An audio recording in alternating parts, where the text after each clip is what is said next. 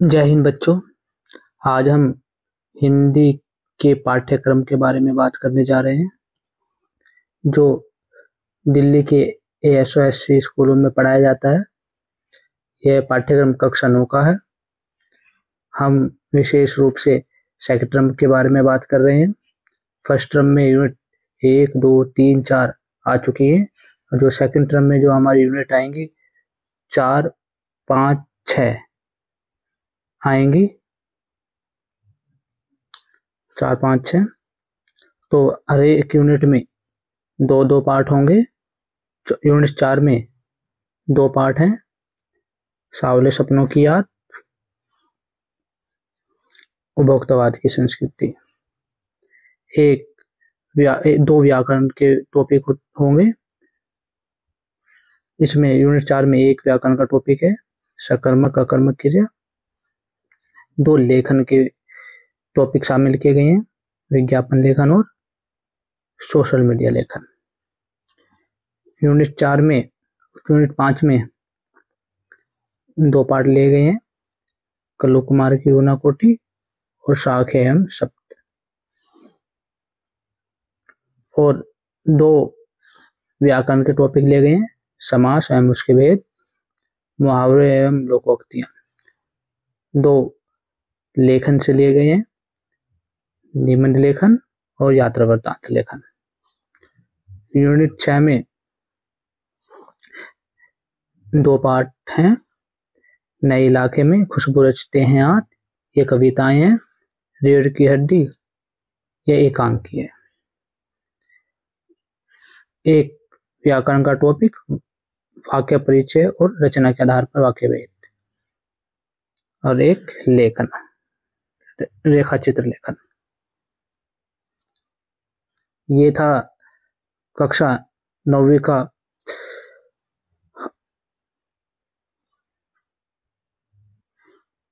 Syllabus. अब देखते हैं सैंपल पेपर, किस तरह का सैंपल पेपर आने की उम्मीद है, किस तरह का आता है। इसमें हमारे 4 खंड होंगे, खंड 1, खंड 2, खंड 3, खंड 4। 4 खंड में विभाजित किया गया है। पहले खंड में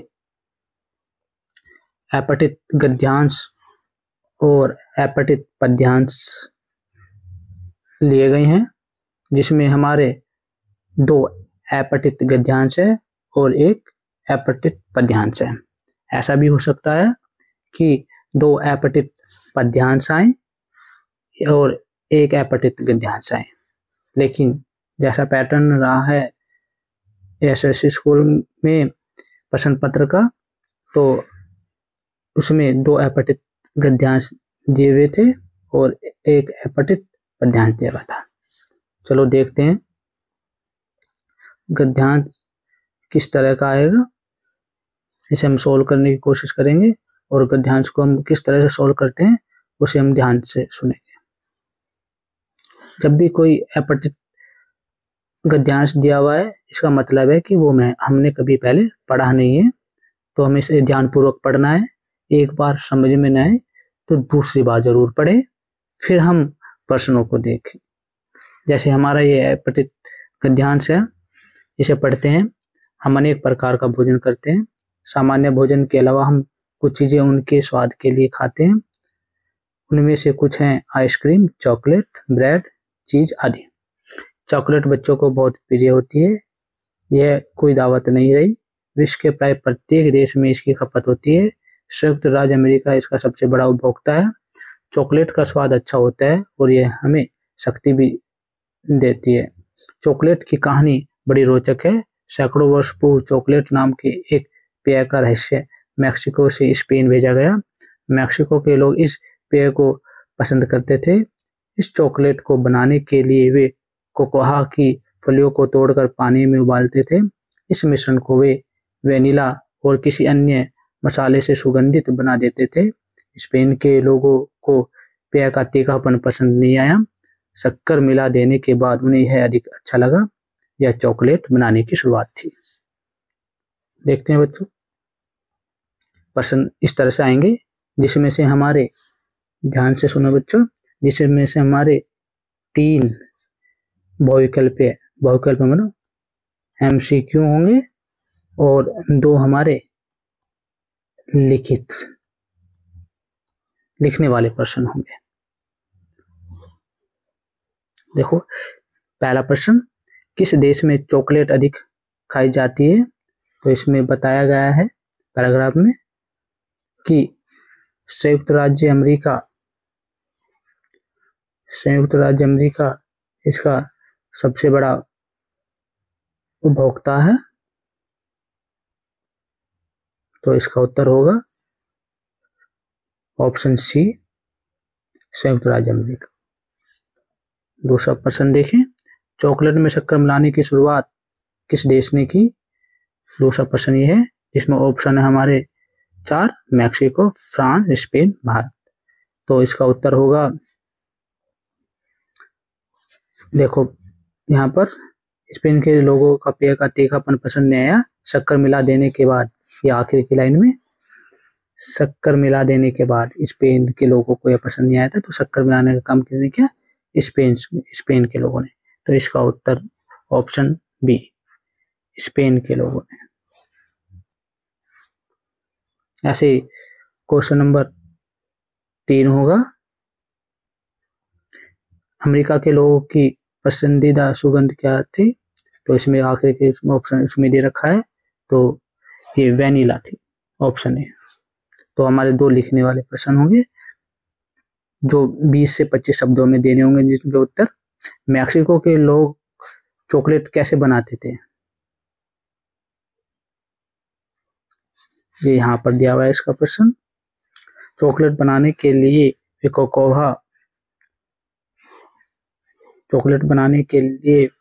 कोकोआ की फलियों को तोड़कर पानी में उबालते थे, इस मिश्रण को वैनिला और किसी अन्य मसाले की सुगंध से बना देते थे। यहाँ तक इसका उत्तर होगा। अगला प्रश्न देखें, लोगों को चॉकलेट क्यों पसंद थी या है? तो आप इसका उत्तर अपनी समझ से दे सकते हैं कि उन्हें स्वाद में अच्छी लगती थी। जो भी आपको उत्तर लगे उसका उपयुक्त, आप अपनी समझ से इसका उत्तर दे सकते हैं। अगला प्रश्न है, अगला भी एक अपठित गद्यांश का होगा, इसमें भी 5 प्रश्न होंगे, जिसमें से हमारे 3 बहुविकल्प यानी MCQ होंगे, 2 लिखने वाले होंगे।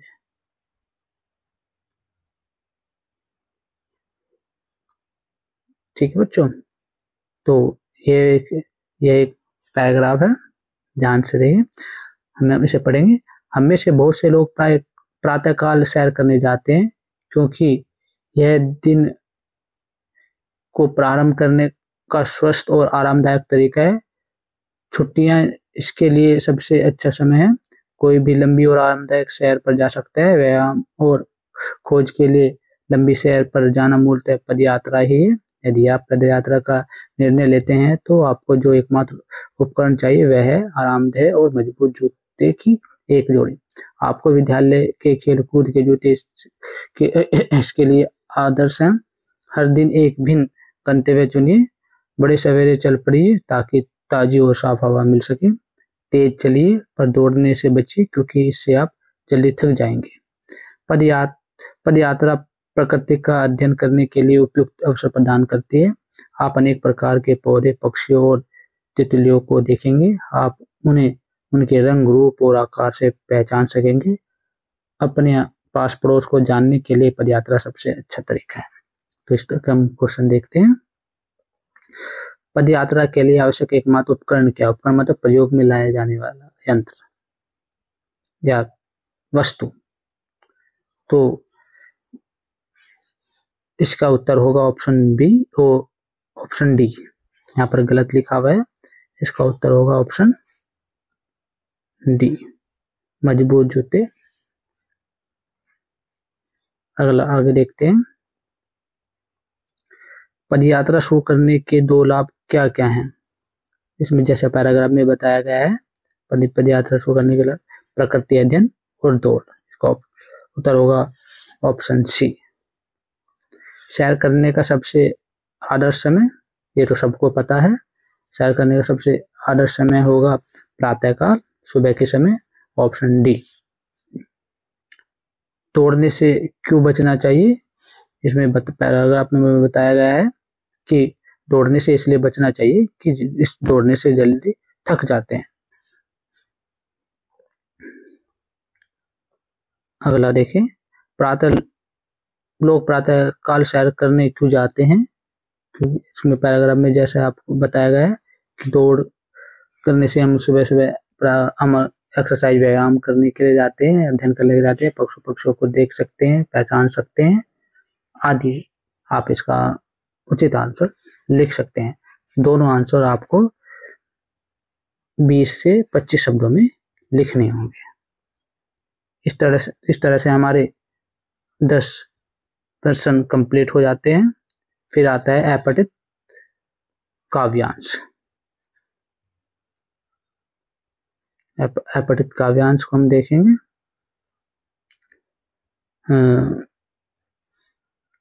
कुछ भी बन बस कायर मत बन, बेकर मार पटक मत माया, तेरी राह रोकते पहान, कुछ भी बन बस कायर मत बन, ले देकर जीना क्या जीना, कब तक गम के आंसू पीना, मानवता ने तुझको सींचा, बहा युगों तक खून पसीना, कुछ न करेगा किया करेगा, रे मनुष्य बस कातर करदन, अर्पण कर सर्वस्व मनुष्य को, कर मत दुष्ट को आत्मसमर्पण, कुछ भी बन बस कायर मत बन। इसमें भी हमारे 5 प्रश्न होंगे, प्रश्न 11 से लेकर 15 तक, जिसमें से हमारे 11 से 13 तक MCQ बहुविकल्पीय क्वेश्चन होंगे और 14 से 15 लिखने वाले क्वेश्चन होंगे। टोटल इस तरह से हमारे यहाँ तक 15 प्रश्न हो जाएंगे। अब इसका उत्तर देखते हैं प्रश्न 11 का। कवि क्या करने की प्रेरणा दे रहा है, कवि कायर न बनने की प्रेरणा दे रहा है कि अपने को ऑप्शन डी, कभी भी कायर नहीं बनना चाहिए। कवि के अनुसार किस प्रकार का जीवन व्यर्थ है, समझौतावादी जीवन नहीं जीना चाहिए, ऑप्शन सी। क्वेश्चन नंबर 13, कायर से तात्पर्य है डरपोक। क्वेश्चन 13 का ऑप्शन सी, डरपोक। अब इसमें प्रश्न नंबर 14 देखेंगे, कुछ भी बन बस कायर मत बन, कवि ऐसा क्यों कहता है। बताया गया है कि कायर बनने से समझौता करना पड़ता है और कायर से मनुष्य अगर इस तरह की प्रवृत्ति आ जाती है या डर डर कर जीने लगता है, तो ऐसा इसलिए कहता है कि जीवन में कभी भी कायर बनकर नहीं जीना चाहिए। क्वेश्चन नंबर 15 देखो, कवि क्यों आत्मसमर्पण करने के लिए प्रेरणा नहीं देता, क्योंकि आत्मसमर्पण करने से अपना आत्मसम्मान खो जाता है और कोई सम्मान नहीं करता, आत्मसम्मान ही सबसे बड़ा सम्मान है मनुष्य का, इसलिए कवि आत्मसमर्पण न करने की प्रेरणा देता है। ये दोनों प्रश्नों के उत्तर आपको 20 से 25 शब्दों में देने होंगे। अब देखते हैं प्रश्न नंबर 16 से 20 के लिए। क्वेश्चन नंबर 16 से 20 खंड के 2 स्टार्ट हो जाता है यहाँ से, जो व्याकरण से संबंधित होगा। इसमें बहुविकल्पीय यानी कि MCQ पूछे जाएंगे। ये 16 से 20 MCQ प्रश्न होंगे जो हमारे पाठ्यक्रम में शामिल हैं, जो टॉपिक विषय उनसे लिए गए होंगे। अब देखते हैं पहला प्रश्न, मतलब प्रश्न नंबर 16।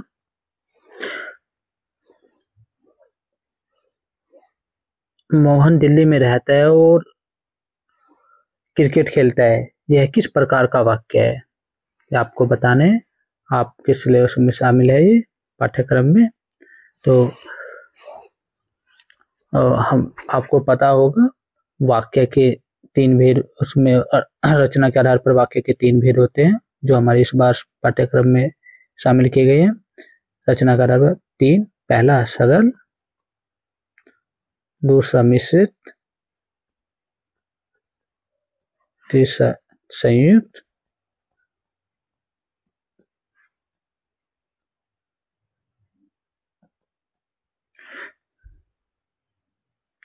अब इसमें बताना है, अगर आपको तीनों की पहचान मालूम होगी तो आप इसका उत्तर आराम से दे सकते हैं। सरल में एक ही कर्ता एक ही क्रिया होती है। मिश्र में दो उपवाक्य होते हैं, एक जो कि एक दूसरे पर निर्भर होते हैं, और संयुक्त में दो स्वतंत्र वाक्य होते हैं जो योजक शब्द और, अथवा, या, तथा से जुड़े हुए होते हैं। तो इनकी पहचान यही होती है। अब देखते हैं कि क्वेश्चन नंबर 16, मोहन दिल्ली में रहता है और क्रिकेट खेलता है। इसमें और आ गया, दो आपस में स्वतंत्र वाक्य हैं और योजक शब्द से जुड़े हैं, तो यह कौन सा वाक्य होगा? संयुक्त वाक्य है। इसका उत्तर होगा सी, संयुक्त वाक्य। अगला प्रश्न देखेंगे, निम्नलिखित विकल्पों में से तत्पुरुष समास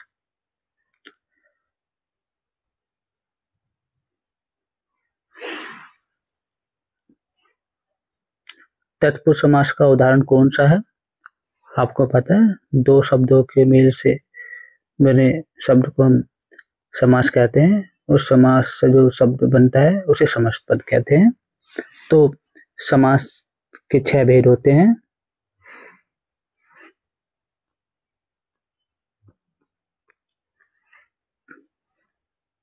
जो पहला भेद है तत्पुरुष समास, दूसरा भेद अव्ययीभाव समास, तीसरा द्विगु समास, चौथा द्वंद्व समास, पांचवा कर्मधारय समास, छठा बहुव्रीहि समास। ठीक है बच्चों, तो आपने अगर समास को अच्छी तरह से पढ़ा होगा तो उसके उत्तर आप आराम से दे सकते हैं, उत्तर पहचान सकते हैं। अब दे रखा है कि इसमें तत्पुरुष समास का कौन सा उदाहरण है। तो देखिए, पहला ऑप्शन, दोपहर, यथाशक्ति, रसोई घर, दशानन। यहाँ पर आपको अगर इनकी परिभाषाएं मालूम होगी समास की 6 भेदों की, तो आप पहचान लेंगे उत्तर। दोपहर, अब ये दोपहर द्विगु समास का उदाहरण है, जिसमें पहला बताया कि इसमें उत्तर पद संख्या वाची होता है। ये पहला पद संख्या वाची है, वे द्विगु समास की पहचान है। और दूसरा ऑप्शन है यथाशक्ति, इसमें पहला पद यथा अव्यय है, अव्यय की पहचान अव्ययीभाव समास है। तीसरा रसोई घर, रसोई के लिए घर, इसमें के लिए विभक्ति का लोप हो रहा है। तो यहाँ जब जिसमें विभक्ति का लोप होता है तो वह तत्पुरुष समास होता है, यह तत्पुरुष समास है। और दशानन, दस आनंद, जिसके जब दोनों पद मिलकर किसी तीसरे की ओर संकेत करते हैं, विशेष अर्थ प्रकट करते हैं, तो वह बहुव्रीहि समास होता है। दशानन मतलब 10 सर हैं जिसके, अर्थात रावण, 10 सर वाला रावण, तो वह बहुव्रीहि समास होता है। तो आपको पता है जहां पर कार्य व्यक्ति का लोप होता है वहां तत्पुरुष समास होता है। तो इसमें उत्तर ऑप्शन सी होगा, तत्पुरुष समास। अगला देखिए, निम्न में से कौन सा शब्द क्रिया का है? आपको क्रिया की परिभाषा मालूम होगी। जिस वाक्य में किसी कार्य का करना या होना पाया जाता है उसे क्रिया कहते हैं। तो परीक्षा नहीं है, मोहन नहीं है, मिठाई नहीं है, दौड़ना। इसका उत्तर दौड़ना है, क्योंकि इसमें दौड़ना एक कार्य है, तो यह क्रिया शब्द है। अगला प्रश्न देखेंगे, निम्न में से कौन सा मिश्र वाक्य का उदाहरण है? आपको वाक्य के बारे में ऊपर बताया गया था। अब इनकी पहचान देखिए, उसने कहा कि वह यह कार्य कर लेगा, उसने कहा कि वह यह कार्य कर लेगा, जिसमें एक उपवाक्य दूसरे उपवाक्य पर निर्भर है। जब तक उसे जोड़ा नहीं जाएगा, समाहित नहीं किया जाएगा, तो वह अपना पूर्ण अर्थ नहीं देगा। तो यह मिश्र वाक्य है। अंकित की कलम छूटकर गिर गई, यह एक सरल वाक्य है। वह सुबह गया और शाम को लौट आया, यह संयुक्त वाक्य है, क्योंकि यह योजक शब्द से जुड़ा हुआ है। और से प्रातःकाल पक्षी चहचहाने लगे, यह एक सरल वाक्य है, इसमें एक ही कर्ता एक ही क्रिया है। अगला प्रश्न देखेंगे, प्रश्न नंबर 20, चक्रपाणी में कौन सा समास है? चक्रपाणी में समास तो बताना है कौन सा समास है।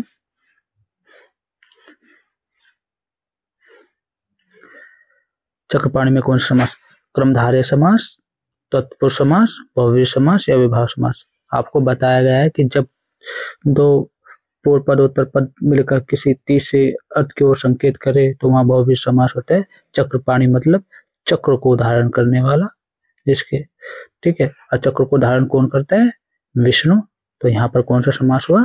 बहुव्रीहि समास। इसका ऑप्शन सी है, यहाँ पर बहुव्रीहि समास होगा। प्रश्न नंबर 21 देखते हैं, क्रिया किसे कहते हैं?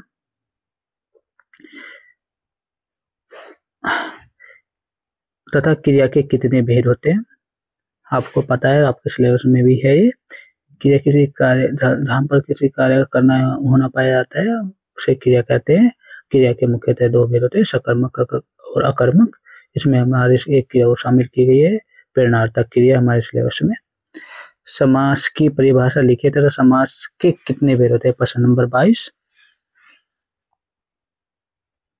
समास की परिभाषा, समास की परिभाषा आपको पहले बता दी है। समास के भेद 6 होते हैं, यहाँ पर हमें 6 के नाम लिखने होंगे। वाक्य किसे कहते हैं तथा रचना के आधार पर वाक्य के कितने भेद होते हैं?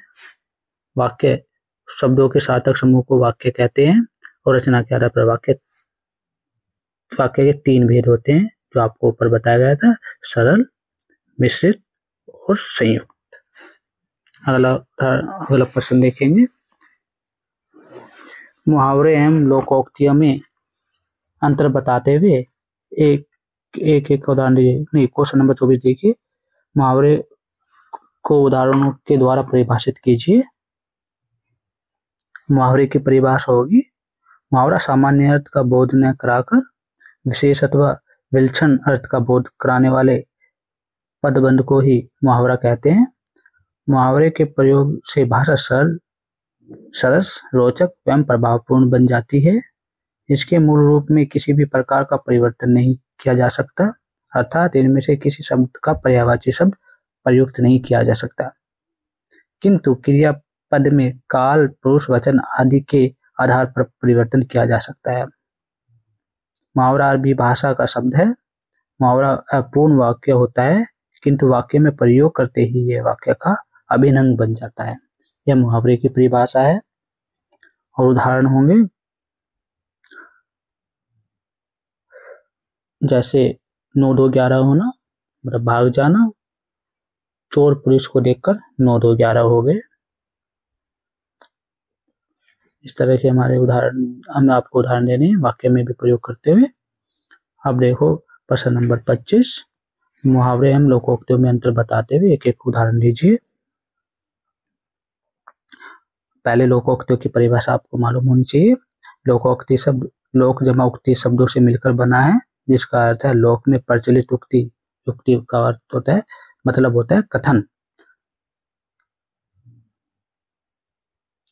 अब उनका देखेंगे, लोकोक्ति अपने आप में पूर्ण वाक्य होता है, जबकि मुहावरा वाक्यांश होता है। जब तक हम उसका वाक्य में प्रयोग नहीं करते तो उसका वो अधूरा ही रहता है। मुहावरा और लोकोक्ति भाषा को दोनों अलंकृत करते हैं। हम मुहावरे को वचन काल के आधार पर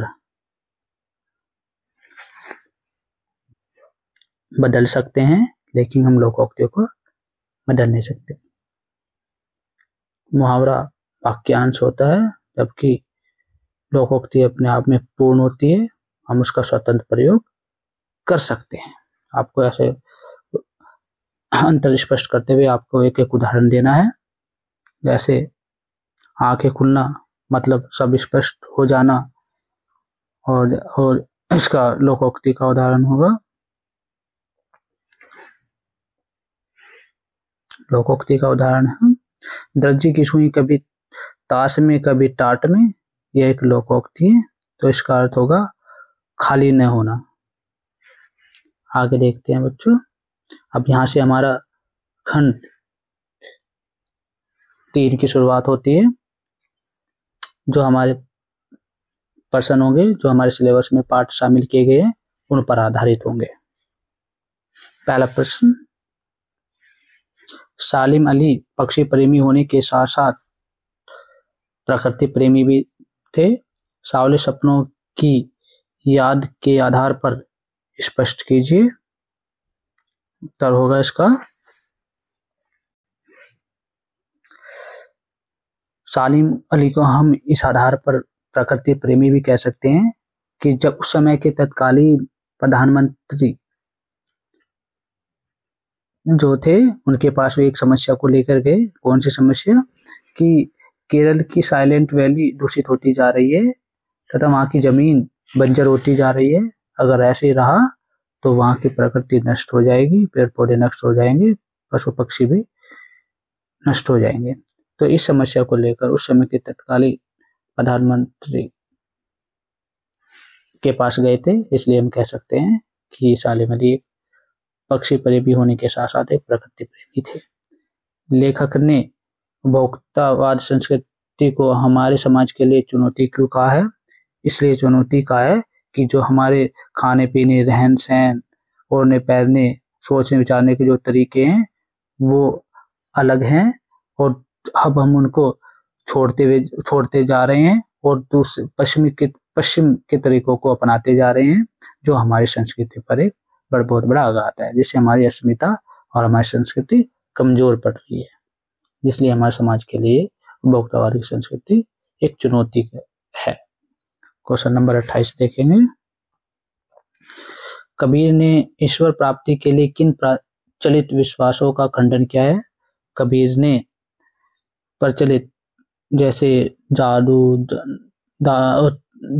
या ईश्वर, मतलब मंदिर मस्जिद में कहा जाता है कि मंदिर मस्जिद में ईश्वर की प्राप्ति होती है, ईश्वर मिलते हैं, लेकिन कबीर ने इसका खंडन किया है। उन्होंने कहा है कि ईश्वर तो हरे कण कण में वास है। ठीक है, इस अवधारणा का वो हमेशा खंडन करते हैं कि हमें यदि इस मस्जिद में, मंदिर में, देवालय में ईश्वर मिलेंगे। और आडंबर युक्त प्रथाओं का भी उन्होंने घोर खंडन किया है जो हमारे समाज में उस समय फैली हुई थी। क्वेश्चन नंबर 29 देखेंगे। रीढ़ की हड्डी। रीढ़ की हड्डी की सार्थकता स्पष्ट कीजिए। रीढ़ की हड्डी के बारे में बताया गया कि यह जो यह एकांक है, यह रीढ़ की हड्डी एक इसकी भावना को व्यक्त करती है। जो यह शीर्षक है जो बिल्कुल एकदम उपयुक्त है, क्योंकि समाज की सड़ी गली मानसिकता को व्यक्त किया गया है तथा उस पर प्रहार किया गया है, क्योंकि रीढ़ शरीर का मुख्य अंग होता है या मुख्य हिस्सा होता है, वह उसको सीधा रखने में मदद करती है। तो ऐसे इसमें हम सब रिलेट करने की कोशिश करेंगे शंकर और उमा के पात्र से। क्यों उमा कहती है कि शंकर में रीढ़ की हड्डी नहीं है, जो अपना निर्णय खुद नहीं ले सकता, दूसरों का क्या ख्याल रखेगा, वो जीवन में आगे कैसे बढ़ेगा। अगला प्रश्न देखेंगे। त्रिपुरा में ऊनाकोटी की प्रसिद्धि का क्या कारण था? इसका उत्तर होगा कि जो त्रिपुरा में जो ऊनाकोटी है वह एक पहाड़ी क्षेत्र में स्थित है त्रिपुरा के, और जो कि 10,000 किलोमीटर की ऊंचाई से भी ज्यादा है, और यह एक धार्मिक स्थल है। यह भारत का सबसे बड़ा तो नहीं पर सबसे बड़े शैव स्थलों में से एक है। संसार के इस हिस्से में स्थानीय आदिवासी धर्म फलते फूलते हैं। यहाँ विभिन्न संस्कृतियों का मिलन होता है, इसलिए त्रिपुरा में ऊनाकोटी की प्रसिद्धि का कारण माना गया है। अगला प्रश्न देखेंगे। प्रश्न नंबर या अथवा करके पूछा जाएगा। खुशबू रचते हैं हाथ कविता देश में व्याप्त किस विषमता की ओर संकेत करती है? यह गरीबी, अमीरी, आर्थिक विषमता को प्रदर्शित करती है। कवि इसमें बताता है कि समाज में जो वर्ग भेद है वो बढ़ता जा रहा है, गरीब और गरीब होता जा रहा है, अमीर और अमीर होता जा रहा है, जिससे दोनों की खाई बढ़ गई है। तो जिससे आजीवन गरीब गरीब रह जाता है और उसे वो भर नहीं पाता, और उसके अपने बच्चों का पेट भरने के लिए उससे बहुत कड़ी मेहनत करनी पड़ती है। वह अपनी मूलभूत सुविधा भी नहीं जुटा पाता। ये सामाजिक विकास पर इसका असर पड़ता है। अगला प्रश्न देखेंगे, जो प्रश्न खंड 4 स्टार्ट होगा यहाँ से। खंड 4 जो हमारे लेखन पर आधारित होगा, लेखन का विषय होगा। देखो बच्चों, पहला प्रश्न 31 नंबर, जल संरक्षण के प्रति जागरूक अभियान के लिए 40 शब्दों में एक आकर्षक विज्ञापन तैयार कीजिए। आपको पता है विज्ञापन कैसे लिखते हैं।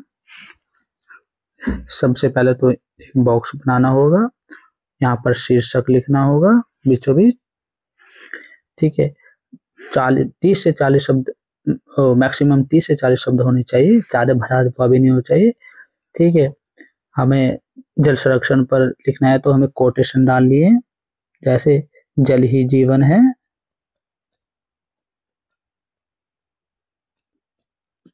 इस तरह से हम कोटेशन डालेंगे, चित्र बनाएंगे। ठीक है, किसने ये जागरूक अभियान चलाया है, सरकार ने या किसी संस्था ने, यहाँ पर उसके बाद उनका पता डालेंगे, उनका नाम डालेंगे।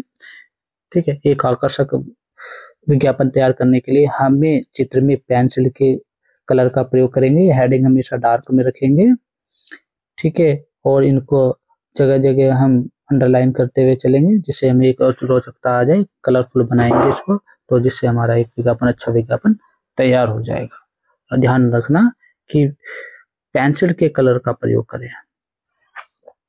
अगला प्रश्न, आपने भी किसी स्थान की यात्रा अवश्य की होगी, यात्रा के दौरान हुए अनुभवों को लिखकर प्रस्तुत कीजिए। इस पे ये यात्रा पर आधारित है, जो भी आपने अगर अपने जीवन में यात्रा की है उस पर आधारित आपको एक अपने अनुभव को लिखना है। यात्रा में मुख्य बातें, अपना मुख्य जो जिस स्थान की यात्रा की है वो ही केंद्रित होना चाहिए, इधर उधर की बातें नहीं होनी चाहिए। अपने अनुभव को स्पष्ट रूप से लिखना है। ठीक है, आपको उससे यात्रा से क्या सीखा, क्या जानने का अवसर मिला, ये सब चीजें अपने एक यात्रा में शामिल होनी चाहिए। अगला प्रश्न देखेंगे, आपको यह ध्यान रखना है कि विज्ञापन और यात्रा में से आपको एक ही करना होगा, अथवा करके पूछा जाएगा। प्रश्न नंबर 32 देखें, इसमें ये निबंध होगा।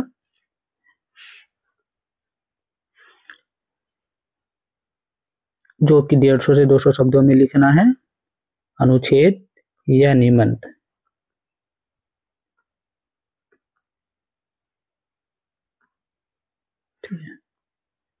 निबंध होगा। हाँ, आपके 2 निबंध दिए गए होंगे, आपको एक ही करना है। पहला निबंध जैसे इसमें दिया गया है, दिल्ली में जानलेवा प्रदूषण की समस्या पर आपको निबंध लिखना है, तो इसमें संकेत बिंदु दिए गए होंगे, ये संकेत बिंदु हैं। भूमिका, उत्तरदायी कारण, पर्यावरण सुधार के संभावित उपाय, उपसंहार।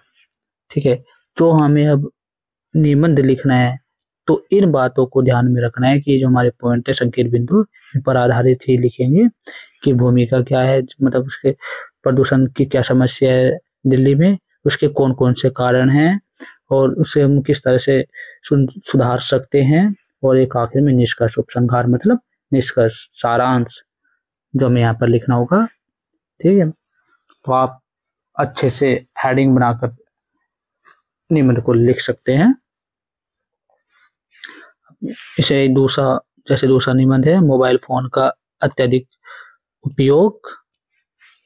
आपको मोबाइल फोन का अत्यधिक उपयोग में आप इसमें संकेत बिंदु दे रखे हैं, भूमिका, आवश्यकता, दुरुपयोग, युवाओं पर प्रभाव, उपसंहार। तो मोबाइल का इस्तेमाल, इसकी आवश्यकता क्यों है, इसका दुरुपयोग कैसे हो रहा है, युवाओं पर इसका क्या प्रभाव पड़ रहा है, इसका निष्कर्ष क्या निकाला आपने, आपको बताया गया कि उपसंहार निष्कर्ष होता है सारांश। तो आपको इसे एक अच्छा सा निबंध तैयार करना है, लिखना है। अब इसमें बताया गया कि जो निबंध होगा वो 150 से 200 शब्दों के बीच में होना चाहिए, यानी कि 1.5 से 2 पेज आपके उत्तर पुस्तिका के। यहाँ पर प्रश्न नंबर 33 देखेंगे। सोशल मीडिया का सामाजिक जीवन में लाभ और उसके नुकसान पर एक लेख लिखिए। यहाँ पर सोशल मीडिया पर एक लेख लिखना है कि सोशल मीडिया का सामाजिक जीवन में क्या लाभ हैं और उससे क्या नुकसान हो रहे हैं। लाभ तो ये हैं कि हम सूचनाओं को बहुत जल्दी प्राप्त कर लेते हैं, मिनटों से सेकंडों में अपने संदेश को भेज सकते हैं। हम हमारा जीवन बहुत सुलभ हो गया है, हमें चीज़ें आसानी से मिल जाती हैं। ठीक है, हम कुछ भी ढूंढना हो, सर्च करना हो, पता करना हो, हम एक सोशल मीडिया की सहायता से उसे जल्दी प्राप्त कर सकते हैं, जान सकते हैं, समझ सकते हैं। लेकिन नुकसान भी इससे है कि इससे दुष्प्रभाव है, अवसाद बढ़ रहा है। अवसाद मतलब युवाओं में स्ट्रेस बढ़ रहा है, इसका ज़्यादा उपयोग करने से बीमार हो रहे हैं, वह गुस्से वाली प्रवृत्ति पनप रही है। ठीक है, क्रोध की ज़्यादा बढ़ रही है। तो इस तरह से हम नुकसान भी लिख सकते हैं और इस तरह से फायदे भी लिख सकते हैं। तो आप एक सोशल मीडिया पर ये आपका जो लेख लिखना है, ये आपका लेख होगा 100 से 150 शब्दों के बीच में होना चाहिए, जिससे आप अच्छा लेख लिख सके। आगे देखो, दिल्ली के किसी सफाई कर्मचारी का एक रेखा चित्र प्रस्तुत कीजिए। आप देख रहे हैं कि आपका एक सफाई कर्मचारी की आपके जीवन में क्या भूमिका होती है, समाज में क्या भूमिका होती है। ठीक है, उसको ध्यान में रखते हुए सफाई कर्मचारी पर एक रेखा चित्र प्रस्तुत करना। रेखा चित्र का मतलब है शब्दों के माध्यम से बताना एक सफाई कर्मचारी के बारे में। ठीक है, अंकन करना। तो आप उम्मीद है कि यह प्रश्न पत्र आपको समझ में आ गया होगा। आप इस तरह से आने वाली परीक्षाओं की तैयारी करेंगे और अच्छे मार्क्स लेकर आएंगे। अगर आपको यह वीडियो पसंद आई है तो इस चैनल को लाइक करें, सब्सक्राइब करें, शेयर करें। जय हिंद, धन्यवाद।